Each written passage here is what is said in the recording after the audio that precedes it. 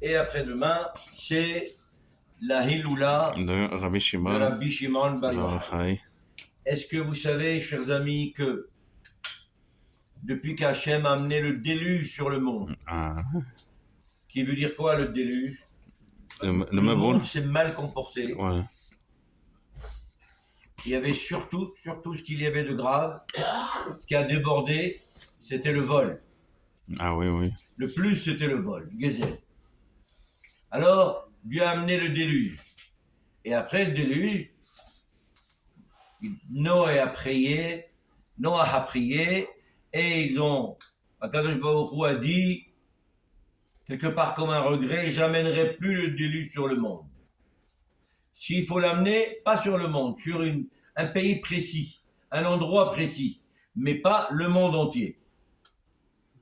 Mais lorsque le monde se comporte pas bien, comment je vais vous faire savoir? Alors vous allez voir qu'il y a dans le ciel. Les catastrophes. Qu'est-ce qu'il y a dans le ciel, Jacques? Hein? L'arc-en-ciel. L'arc-en-ciel, qu'on appelle le Keshet. Cachette, voilà. D'accord? L'arc-en-ciel est là pour montrer comme quoi Dieu n'est pas content de nous. Voilà. On ne le voit plus en ce moment. Ben là, ça veut dire que dans toute l'histoire jusqu'à maintenant, il y a eu 2 générations, 2 rabbanim, où il n'y avait jamais dans leur génération le D'arc-en-ciel. Keshet. Entre autres, Rabbi Shimon Bar Yochai. Ah oui. Jamais, pendant le temps qu'il a vécu Rabbi Shimon Bar Yochai, il y a eu le Keshet. Il y a eu, pour montrer comme quoi Dieu n'était pas content. Parce que Rabbi Shimon Bar Yochai, avec sa pureté, avec sa kedusha, avec sa volonté d'aider l'autre, de vouloir transformer l'autre, de vouloir lui amener que l'autre aussi soit bien dans sa peau, eh bien jamais il y a eu à l'époque de Rabbi Shimon Bar Yochai. Ça, c'est une petite anecdote de Rabbi Shimon Bar Yochai. Évidemment, il ne va pas me contredire Serge si on va prendre une petite Mishnah. Qu'est-ce qu'il pense, Serge? Non, on peut y aller ou pas? Une petite, hein? Une petite alors. Hein. Une Bah, minute. non. Alors, la première petite Mishnah, elle nous dit ceci. Le monde entier a été créé par combien de paroles? Asara Combien Mahamarot. de paroles il a dit Hachem? Asara Mahamarot. Qui a dit 10 là-bas? Jérôme, il a dit. Jérôme, bravo. D'accord? Donc il a créé par 10 paroles.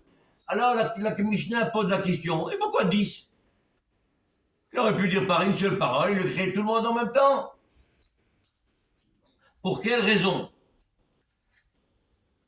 Alors la Mishnah nous répond, elle nous dit, c'est pour sanctionner davantage les Rechaim. S'il avait créé que par une seule parole, il n'y aurait eu qu'une seule punition. Tandis que là, qu'on a répété 10 fois, ça, il a dit Vayomer, et ça, il a dit Yeor, Vayeor, quelque chose, 10 fois, Kadosh Baruch Hu a dit, eh bien, pour ceux qui n'écoutent pas, ceux qui ne obéissent pas, et ceux qui, effectivement, ils s'en foutent de tout, eh bien, qu'est-ce qui se passe? Kadosh Baruch Hu, on va être il va les sanctionner 10 fois. Pour chaque parole, comment vous avez désobéi? Et comment vous avez fait de laisser tomber? Et comment? Alors, c'est pour ça que la Mishnah dit,